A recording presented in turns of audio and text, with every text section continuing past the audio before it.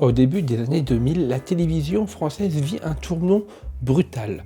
Deux chaînes dominent le paysage audiovisuel. TF1, leader historique, et M6, plus jeune, plus audacieuse, qui cherche à s'imposer face à un géant déjà installé. Entre elles, une guerre silencieuse mais violente s'installe. Une guerre d'audience, de format, de pouvoir culturel. TF1 défend une télévision populaire mais maîtrisée, tandis que M6 décide de briser les codes. En 2001, M6 prend un risque immense en lançant un programme inédit en France, directement inspiré du concept Big Brother. Ce programme, c'est Loft Story, et en quelques semaines tout bascule. Le succès est incontrôlable, colossal. TF1 Critique parle de télé poubelle, tout en préparant déjà sa riposte avec ses propres formats, d'où le fait que Koh-Lanta existe. La guerre est lancée, et au milieu de ce choc médiatique, une femme devient le symbole de toute une époque. Cette femme, c'est Loana Petrucciani. En 2001, elle entre dans le loft sans imaginer une seule seconde ce qui l'attend. Elle n'est pas une actrice, elle n'est pas préparée, elle est simplement elle-même, spontanée, fragile, sincère.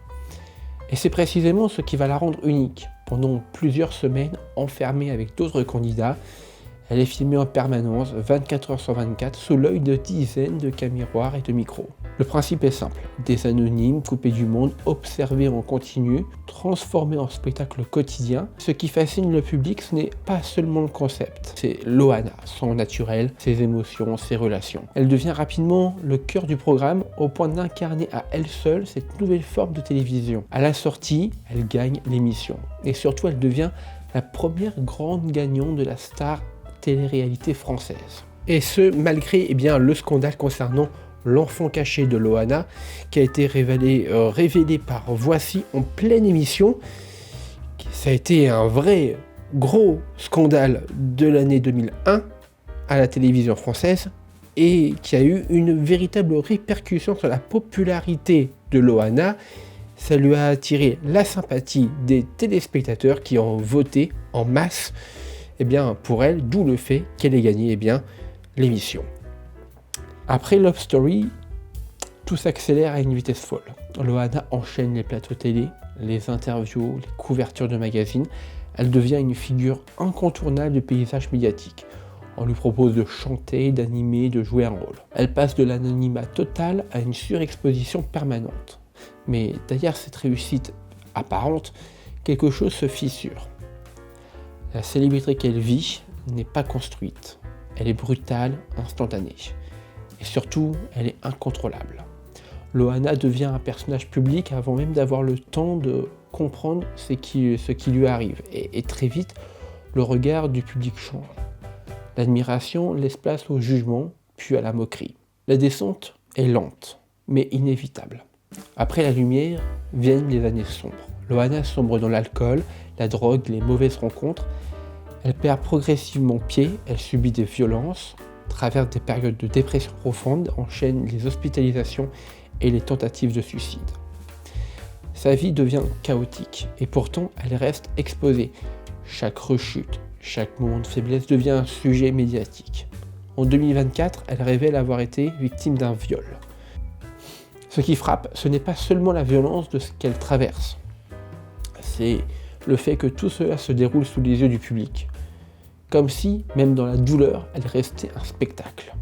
À un moment, Loana tente de reprendre le contrôle. Elle écrit un premier livre en 2001. Elle m'appelait Miette, un récit personnel, intime, dans lequel elle revient sur son enfance, ses blessures et les conséquences de sa célébrité. Ce livre, ce n'est pas une opération médiatique, c'est une tentative de se réapproprier son histoire, de dire sa vérité, loin des plateaux télé et des images déformées.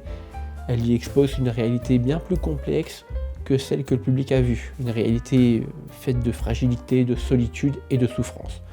Pendant un instant, Loana redevient une personne et non plus un personnage. Elle publie en 2018 Si dure est la nuit, si tendre est la vie, son deuxième livre, que le temps change radicalement.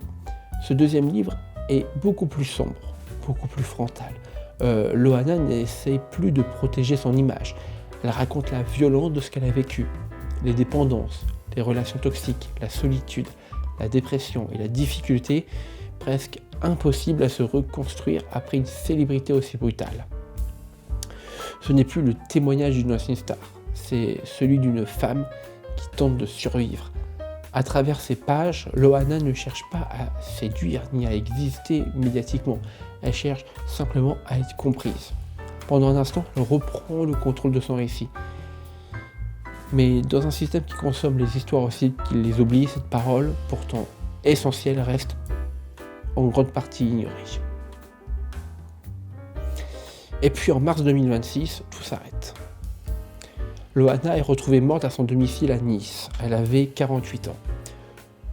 Selon les premières informations, elle était décédée depuis plusieurs jours avant d'être découverte et une enquête est ouverte pour déterminer les causes exactes de sa mort. Cette fin brutale et silencieuse contraste violemment avec l'exposition permanente qu'elle a connue toute sa vie. La première grande star de la télé-réalité française, celle qui a marqué toute une génération, meurt seule.